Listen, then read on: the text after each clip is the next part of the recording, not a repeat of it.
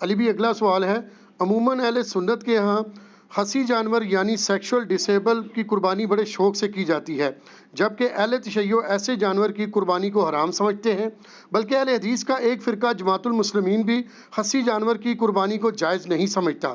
اس حوالے سے آپ کا کیا موقف ہے؟ دیکھیں، خصی جانور کے بارے میں یہ جو موقف ہے نا اہل تشیع کی طرف جو منسوب کیا گیا کہ وہ اس کو حرام سمجھتے ہیں، تو یہ ایک مت ہے جو ان کی پبلک کے اندر بھی ہے۔ آپ محقق شیعہ علماء سے پوچھیں تو شیعہ علماء کے اندر ان کے پرانے بزرگوں میں بھی دو رائے پائی جاتی ہیں۔ ایک مطلقاً خصی جانور کی قربانی کو حلال سمجھتے ہیں، دوسرے جو ہیں اسے حرام کی کیٹیگری میں نہیں سمجھتے، وہ کہتے ہیں پریفریبل ہے کہ نہ کیا جائے۔ لیکن آپ کو پتہ ہے جب یہ معاملات آگے چلتے ہیں نا تو پھر زیادہ سختی آنا شروع ہو جاتی ہے دونوں طرف سے، اور اب یہ ہے کہ شیعہ کی منڈیاں زیادہ لگی ہوئی ہیں، جیسے وہ کہتے ہیں شیعہ مچھی شیعہ جانور، اور وہاں پہ خصی جانور کھڑے ہوئے ہوتے ہیں۔ حالانکہ آپ شیعہ علماء سے میں نے باقاعدہ اس کے اوپر پوری ڈیبیٹ کی ہے، وہ کہتے ہیں جی ہمارا یہ کیٹیگوریکل موقف نہیں ہے، ہمارے ہاں دو اقوال ہیں، اور جو دوسرے لوگ ہیں نا جو خصی کی جانور کی قربانی کو جائز نہیں سمجھتے وہ حرام کی کیٹیگری میں نہیں سمجھتے ہیں، وہ فتویٰ نہیں لگاتے کہ آپ کی ہوگی نہیں، وہ کہتے ہیں کہ بہتر ہے کہ یہ نہ ہو۔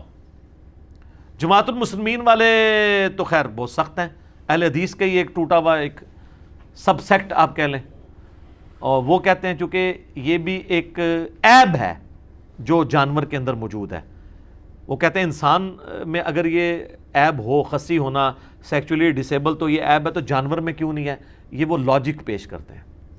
دیکھیں اس معاملے میں میرا موقف پہلے کافی سخت تھا، لیکن میں نے ان 5-7 سالوں میں کافی اس کے اوپر ایمفسائز کیا ہے، تو میں اس رزلٹ پہ پہنچا ہوں کہ اس میں آپ کو سختی نہیں کرنی چاہیے۔ اگرچہ جب میرا سخت بھی موقف تھا نا تو میں نے اس وقت بھی کہا تھا کہ اگر کوئی قربانی دیتا ہے ہم اس پہ فتویٰ نہیں لگاتے، نہ اسے یہ کہتے ہیں کہ اس کی قربانی نہیں ہوگی۔ یہ اکتوبر 2012 میں میرا مسئلہ 52 ریکارڈ ہوا تھا۔ اللہ کا شکر ہے کہ میں جب کبھی بھی اجتہادی مسائل پہ بولتا ہوں نا تو میں اپنے لیے ایک راستہ ضرور باقی رکھتا ہوں، کیونکہ مسئلہ اجتہادی ہوتا ہے نا، نص قطعی تو نہیں ہوتا۔ تو بعد میں جب مجھے کبھی کسی موقف میں ڈھیلا موقف اڈاپٹ کرنا پڑے تو میرے لیے کوئی مسئلہ نہیں ہوتا، کیونکہ میں نے پہلے بھی کوئی سخت موقف نہیں اڈاپٹ کیا ہوتا۔ جیسے امام کے پیچھے فاتحہ کا مسئلہ ہے، میں نے اتنے شد و مد سے بیان کیا تھا، اس وقت بھی کہا تھا کہ جہری نمازوں میں جو امام کے پیچھے فاتحہ نہیں پڑھتے تو میں یہ نہیں کہتا ان کی نماز نہیں ہوتی ہے۔ خیر بعد میں اللہ نے شرح صدر کیا تو یہ سمجھ آئی کہ یہ جاری نمازوں میں پیچھے نہ پڑھنے والا عمل زیادہ بہتر ہے، تو مجھے ویڈیو ریکارڈ کراتے ہوئے بھی کوئی مسئلہ نہیں ہو رہا تھا، میں نے کو پہلے اس کو حلال حرام کا مسئلہ بھی نہیں بنایا تھا۔ خصی کے معاملے میں بھی یہی ہے، پہلے تو آپ اس کو سمجھ لیں کہ یہ خصی جانور کو عیب کے طور پر جن لوگوں نے دلیل کے طور پر پیش کیا ہے تو اس کی اصل دلیل تو ہے قرآن حکیم میں، سورہ نساء کی آیت نمبر 119، جس میں آتا ہے کہ شیطان نے کہا تھا کہ میں لوگوں کو ابھاروں گا کہ یہ جانوروں کے چیریں گے، بتوں کے نام پہ چھوڑتے تھے۔ اس میں آگے الفاظ ہیں وَلَآمُرَنَّهُمْ فَلَيُغَيِّرُنَّ خَلْقَ اللَّهِ، میں انہیں ضرور ابھاروں گا کہ تیری بنائی ہوئی تخلیق کو یہ بدلیں گے۔ تخلیق بدلنے میں ہر وہ کام داخل ہے جو نیچر کو آپ ہٹ کے کوئی کام کرتے ہیں، چاہے وہ کان چیر دیں، چاہے وہ آپ سینگ توڑ دیں کسی کا، ٹھیک ہے۔ اور اسی کیٹیگری میں تفسیر طبری جو اہل سنت کی پہلی تفسیر ہے ابن جریر طبری کی، انہوں نے اسی آیت کے کانٹیکسٹ میں لکھا ہے صحیح سند کے ساتھ کہ انس ابن مالک کہا کرتے تھے، ابو صحابی رسول ہیں، سنی شیعہ سے بلند ہیں وہ، کہ جانور کو خصی کرنا اس کی تخلیق کو بدلنا ہے۔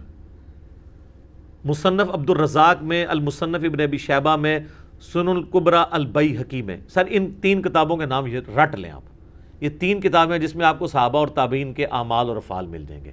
مصنف تو کہتے ہی اس کو ہیں جس میں کثرت کے ساتھ صحابہ اور تابعین کے ہوں، مصنف ابن ابی شیبہ، مصنف عبد الرزاق اور سنن الکبریٰ البیہقی، اس میں آپ کو کئی تابعین کا ملے گا کہ وہ جانور کو خصی کرنے کو حرام سمجھتے تھے، اور کئی کہتے تھے یہ جواز کی حد تک ٹھیک ہے۔ امام احمد بن حنبل سے مسائل احمد ان کی کتاب ہے جس میں ان کے فتاوی ہیں، ان سے پوچھا گیا تو وہ کہتے ہیں میں اللہ سے امید کرتا ہوں کہ خصی جانور کی قربانی درست ہوگی، وہ بھی کانفیڈنس سے نہیں کہتے۔ رہے ہمارے اہل سنت میں تو وہ ایک حدیث کو لے کے پھر رہے ہیں جو سنن ابی داؤد میں، اور روایت تو ضعیف ہے، کہ نبی صلی اللہ علیہ وآلہ وسلم نے 2 چتکبرے سینگوں والے مینڈے، کالا چٹا یعنی ان کے اوپر وہ بنے ہوئے تھے نشانات، وہ قربان کیے جو خصی بھی تھے. یہ ابو داؤد میں حدیث ہے.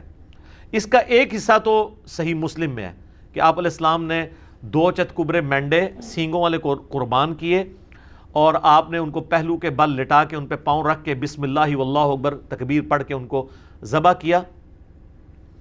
اور مسلم شریف میں الفاظ ہیں, آپ نے ساتھ یہ بھی کہا اللہم تقبل من محمد و آل محمد و امت محمد, اے اللہ اسے قبول کر لے محمد, آل محمد اور امت محمد کی طرف سے صلی اللہ علیہ وآلہ وسلم اجمعین. تو اس حدیث کہ یہ الفاظ تو بخاری مسلم میں ہے. یہی حدیث ابو داؤد میں آتی ہے نا, اس میں خصی کے الفاظ بھی ہیں کہ 2 سینگوں والے چتکبرے اور خصی, لیکن وہ روایت ضعیف ہے. اس میں محمد بن اسحاق مدلس ہیں اور ان سے روایت کر رہے ہیں اور سما کی تصریح نہیں ہے.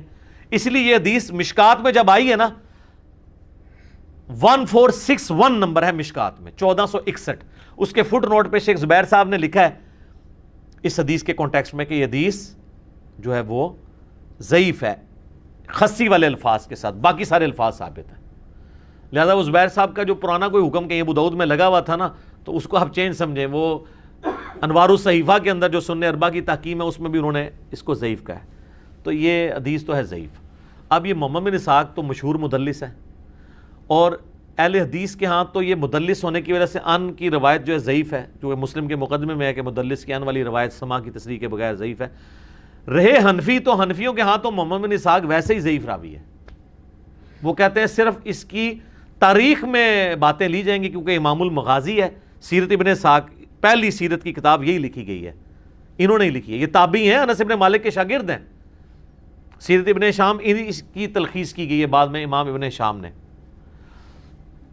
وہ جو فاتحہ خلف الامام والی حدیث ہے نا ابو داؤد کی کہ فجر کی نماز میں بھی صحابہ پیچھے پڑھ رہے تھے تو آپ فرمایا صرف فاتحہ پڑھو, اس حدیث کو تو صحیح کہتے ہیں اہل حدیث. تو اس وقت حنفی ان کو یہ جواب دیتے ہیں کہ اس میں محمد بن اسحاق ہے اور وہ ضعیف راوی ہے, اور خود یہ خصی والی حدیث جو ہے محمد بن اسحاق والی پیش کر رہے ہیں. دیکھا آپ نے 2 نمبری, یہی 2 نمبری اس میں کی بھی ہے جو ابو داؤد میں حدیث ہے نا کہ عبداللہ بن عمر بن عاص جن کو وہ دعا یاد نہیں ہوتی تھی ان کے گلے میں تختی لٹکا دیتے تھے. تو وہ تقی عثمانی صاحب بھی بیان کر رہے تھے, میں نے کہا تھا سر اس کو دیکھ لیں, پہلے تو آپ نے نام ہی غلط لیا ہے, عبداللہ بن عمر نہیں ہے, عبداللہ بن عمر بن عاص ہے جس کو اردو میں عمرو لکھا جاتا ہے. اور دوسرا یہ ہے کہ اس میں تو محمد بن اسحاق ہے جو آپ کے نزدیک ضعیف ہے, تو آپ یہ روایت کس طرح آگے بیان کر رہے ہیں کہ تعویذ لٹکاؤ گلے کے اندر. تو محمد بن اسحاق مدلس ہیں, ان سے روایت کر رہے ہیں, لہذا یہ روایت ہوگی ضعیف. اور اس کو اہل حدیث کہیں پیش ہی نہ کریں آپ کہ وہی خصی جانور قربانی کی, خصی جانور کی قربانی کی. اسی وجہ سے جماعت المسلمین والوں کا یہ موقف ہے کہ خصی جانور قربانی نہ کی جائے. اب یہ خصی جانور کا مسئلہ جو کر رہے ہیں ان کا مسئلہ بھی ٹوٹل اجتہاد پہ کھڑا ہوا ہے, نہ کرنے والوں کا بھی اجتہاد پہ کھڑا ہوا ہے. تو جب مسئلہ اجتہادی ہے تو پھر یہ نص نہ رہی. البتہ جو نہ کرنے والے ہیں وہ نص سے اس کو دلیل ضرور پکڑتے ہیں, والا آمرنہم فلا یغیرن خلق اللہ. اس کا جواب جو خصی کی جائز سمجھتے ہیں نا وہ بڑا زبردست جواب دیتے ہیں, اور میں سمجھتا ہوں کہ مولانا اسحاق صاحب رحمہ اللہ تعالیٰ نے اس مسئلے کو کافی حد تک حل کیا ہے. آپ کو پتہ ہے وہ اتحاد امت کے دائی تھے, اور ان کو یہ بھی ڈر نہیں ہوتا تھا کہ مسئلہ شیعہ کو سپورٹ کر رہا ہے یا اہل حدیث کو کر رہا ہے, وہ جس کے بھی حق میں ہوتا تھا دھڑلے سے کرتے تھے, اور ان کی کوشش ہوتی تھی کہ جو کامن آئے اس کو وہ ڈیفینڈ بھی کریں. لیکن اس مسئلے میں انہوں نے شیعہ کے اوپر سخت جو ہے نا گرفت کی ہے کہ یہ شیعہ نے جو مسئلہ نکالا ہے نا کہ خصی جانور کی قربانی نہیں ہوتی. اور وہ میں نے بتایا کہ مولانا اسحاق صاحب نے تو یاد ہی بات بتائی تھی, پوری بات یہ ہے کہ شیعہ میں بھی سب کا یہ موقف نہیں ہے, 2 گروہ ہیں. میں نے باقاعدہ شیعہ کے بڑے علماء کے ساتھ ڈسکس کیا ہے, آفتاب جوادی صاحب کے ساتھ ڈسکس کیا جو بڑے محدثین میں سے ہیں, زبیر علی زئی صاحب کے وہ دوست بھی ہیں, جامعۃ الکوثر اسلام آباد میں آپ لوگوں کی بلکہ ملاقات بھی ہوئی ہے ان کے ساتھ. تو وہ بھی کہہ رہے تھے ہمارے میں بھی 2 گروہ ہیں, لہٰذا یہ کوئی اتنا بڑا مسئلہ نہیں, اس کو مسئلہ بنایا جائے. وہ مولانا اسحاق صاحب نے بڑا پیارا جواب دیا. انہوں نے کہا کہ نبی علیہ السلام نے جو عیب گنوائے ہیں نا کہ ان عیوب کی بنیاد پہ جانوروں کی قربانی نہیں ہوگی, وہ تو ابو داؤد میں, ترمذی میں, نسائی میں, ابن ماجہ میں کیا ہیں؟ کان کٹا ہوا, سینگ ٹوٹا ہوا, لنگڑا, کانا, لاغر, بیمار. تو حضور علیہ السلام نے کہیں پہ بھی خصی کا ذکر نہیں کیا. اگر یہ مسئلہ اتنا ہی ہوتا تو کسی حدیث میں تو آ جاتا نا کہ خصی بھی وہ عیب ہے کہ جس کی وجہ سے قربانی نہ کی جائے. تو آپ نے اس کو نہیں.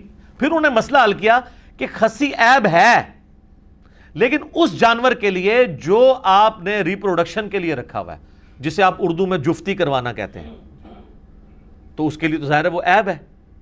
جیسے یہ بھینسوں کو لے جاتے ہیں باڑوں میں, بھینسوں کے پاس بھینسیں ہوتے ہیں جو ان کے پاس, تو ظاہر ہے کہ وہاں تو کوئی ایسا بھینسا تو نہیں رکھا جائے گا کہ جو وہ ان کی ریپروڈکشن نہ کر سکے, تو وہاں کے لیے وہ عیب ہے. اور اس میں بھی یاد رکھیں بخاری مسلم میں حدیث ہے, نبی علیہ السلام نے اس طرح کا جو وہ سیکشل ریلیشن شپ ہے نا جانوروں کا کرانے کی اجرت لینے سے منع فرمایا, یہ فری کروانا چاہیے. ہاں جی, جس میں شوق ہے نا وہ نیکی ہی کھٹے. ویسے کوئی دے دیتا ہے, جیسے وہ پیروں فقیروں کے پاس آپ جاتے ہیں دعا کے لیے اور ان کے چندہ باکس میں ڈال دیتے ہیں, وہ تو تحفے میں آ جائے گا, لیکن اس کام کی اجرت نہیں لی جا سکتی. تو یہ مسئلہ اس کیس میں تو یہ عیب ہے. رہا گوشت کھانے کے لیے, تو سر اس کے لیے آپ کو کوئی مفتی نہیں بتائے گا. گوشت کی فیلڈ کے ایکسپرٹ کسائی ہیں. جیسے میں کہتا ہوں کہ آپ نے ایمبریولوجی کا مسئلہ پوچھنا ہے تو ڈاکٹر سے پوچھیں گے, جیولوجی کا پوچھنا ہے تو جیولوجسٹ سے پوچھیں گے. آپ ذرا جو گوشت کے ایکسپرٹ لوگ ہیں ان سے ذرا پوچھیں کہ جانور کا خصی ہونا, اس جانور کا جس کا گوشت آپ نے کھانا ہو, یہ اس کے حق میں عیب ہے یا خوبی ہے؟ تو آپ کو بتائے گا کہ خوبی ہے, کیونکہ اس کی وجہ سے جانور موٹا تازہ ہو جاتا ہے. تو شریعت کو لاغر جانور مطلوب ہے قربانی کے لیے گوشت کھانے کے اعتبار سے, یا موٹا. اچھا, باقی آپ کو پتا ہے کہ وہ جو جس کو آنڈل بکرا یہ کہتے ہیں, یعنی نان خسی جو بکرا ہوتا ہے, عام بکرا, اس کے گوشت کا بھی وہ کہتے ہیں کہ اسمیل وغیرہ کا ایشو ہے. خیر وہ آج کل وہ بھی ٹیکے آ گئے اور ٹیکے لگا دیتے ہیں, اسمیل ویسے ہی مر جاتی ہے, وہ ایشو اب چھوٹا رہ گیا. تو اس اعتبار سے اگر دیکھا جائے تو خسی ہونا قربانی کے جانور کے لیے, لیکن یہ مسئلہ میں اجتہاداً بتا رہا ہوں. آپ جس جعلی روایت کو لے کے چل رہے ہیں نا کہ یہ سنت ہے, وہ تو بالکل غلط ہے. وہ ابو داؤد والی روایت ضعیف ہے, محمد بن اسحاق کی تدلیس ہے. مشکات میں 1461 نمبر 1461 مشکات میں فٹ نوٹ پہ آپ دیکھ لیں, کیونکہ میرے اوپر بھی انہوں نے ہنگامہ کھڑا کیا کہ یہ کہتا ہے حدیث ضعیف ہے. بھائی تو پڑھو تو صحیح نا, حدیث کی کتابیں کھولو. وہ کہتے ہیں ابو داؤد میں تو شیخ زبیر علی صاحب نے حسن لکھا ہے, وہ سر پرانا ہے. شیخ زبیر صاحب نے اپنی وفات سے پہلے جو فائنل تحکیم ہے وہ مشکات میں لگائی ہے, کیونکہ یہ 2013 میں پرنٹ ہوئی ہے, اور انوار الصحیفہ سنن اربع کی ضعیف حدیثوں والی کتاب لادہ سے چھپ چکی ہے. وہ ہماری ویب سائٹ ahlsunnatpak.com سے ڈاؤن لوڈ کریں, یہ روایت ضعیف ہے. اسی لیے تو اتنے موٹے موٹے کتابچے لکھنے پڑ رہے ہیں خسی جانوروں کے اوپر, مضمون لکھنے پڑ رہے ہیں جواز ثابت کرنے کے لیے. شیخ زبیر صاحب کے جو شاگرد ہیں غلام مصطفیٰ ظہیر صاحب, انہوں نے باقاعدہ پورا مضمون لکھا ہے جواز ثابت کرنے کے لیے, پریفریبل نہیں. حالانکہ انہی کے اگینسٹ کئی اہل حدیث علماء شیخ زبیر صاحب کے شاگردوں میں سے ہیں, انہوں نے اس کے خلاف مضمون لکھا ہے, نہیں خسی جانور کی قربانی نہیں ہوتی. تو ہمارا موقف یہ ہے کہ پریفریبل آپ نہ کریں. میں تو کئی سالوں سے خسی جانور کی قربانی نہیں کرتا ہوں. میں کہتا ہوں چلے, ویسے یہ بھی ویسے مشہور غلطی ہوا ہے, آنڈل بکرے بھی بڑے موٹے تازے مل جاتے ہیں, یہ نہیں ہے کہ وہ مرے ہوئے ہوتے ہیں. تو لیکن اگر وہ کرتا ہے کوئی فتویٰ نہیں لگاتے. لیکن یہ جو مسئلہ تھا نا کہ یہ عیب میں آتا ہے, اور یہ ٹوٹلی شیعہ نے اس کو اپنی فقہ بنا کے پیش کیا, تو شیعہ میں بھی دو موقف ہیں. اہل سنت کے ہاں بھی یہ مسئلہ اس طریقے سے نہیں ہے. یہ خسی جانور کا مسئلہ ایک کریٹیکل مسئلہ تھا, اس لیے میں ذرا اس کے اوپر ڈیٹیل بولوں. اس کی وجہ سے کافی ایک مصیبت کھڑی ہوئی ہے. حدیثیں جو کہ ضعیف ہیں, نس میں ولا آمرنہم فلا یغیرن خلق اللہ میں فعال کرتا ہے, لیکن اس کی پھر آگے جو اقوال ہیں تفسیر طبری میں انس ابن مالک کا کہ خسی کرنا یہ تخلیق بدلنے میں آتا ہے. اس صورت میں جب آپ نے وہ جانور جفتی کے لیے رکھا ہے, اگر گوشت کے لیے رکھا ہوا ہے, پھر یہ اس کے لیے عیب کے طور پہ شمار نہیں ہوگا, کیونکہ تابعین میں کئی لوگ اس کے قائل بھی ہیں. یعنی یہ اختلاف شروع سے چل رہا ہے, لہٰذا یہ اس کو سنی شیعہ کے بجائے سنیوں میں بھی آپس میں اختلاف ہے, شیعہ میں بھی اختلاف ہے. تو آپ اگر اختلاف سے بچنا چاہتے ہیں ضرور بچیں, لیکن اس کے اوپر حرام کا فتویٰ نہیں لگائیں گے. مسئلہ اجتہادی ہے.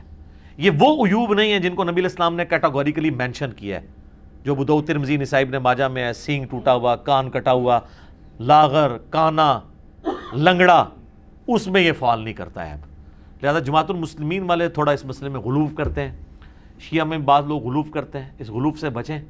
آپ نے نہیں کرنا, نہ کریں. لوگوں کو یہ نہ کہیں کہ آپ کی قربانی نہیں ہو رہی. ٹھیک ہے, تو اگر آپ کرنا چاہتے ہیں تو آپ ضرور کریں, ہم آپ کو کچھ نہیں کہیں گے.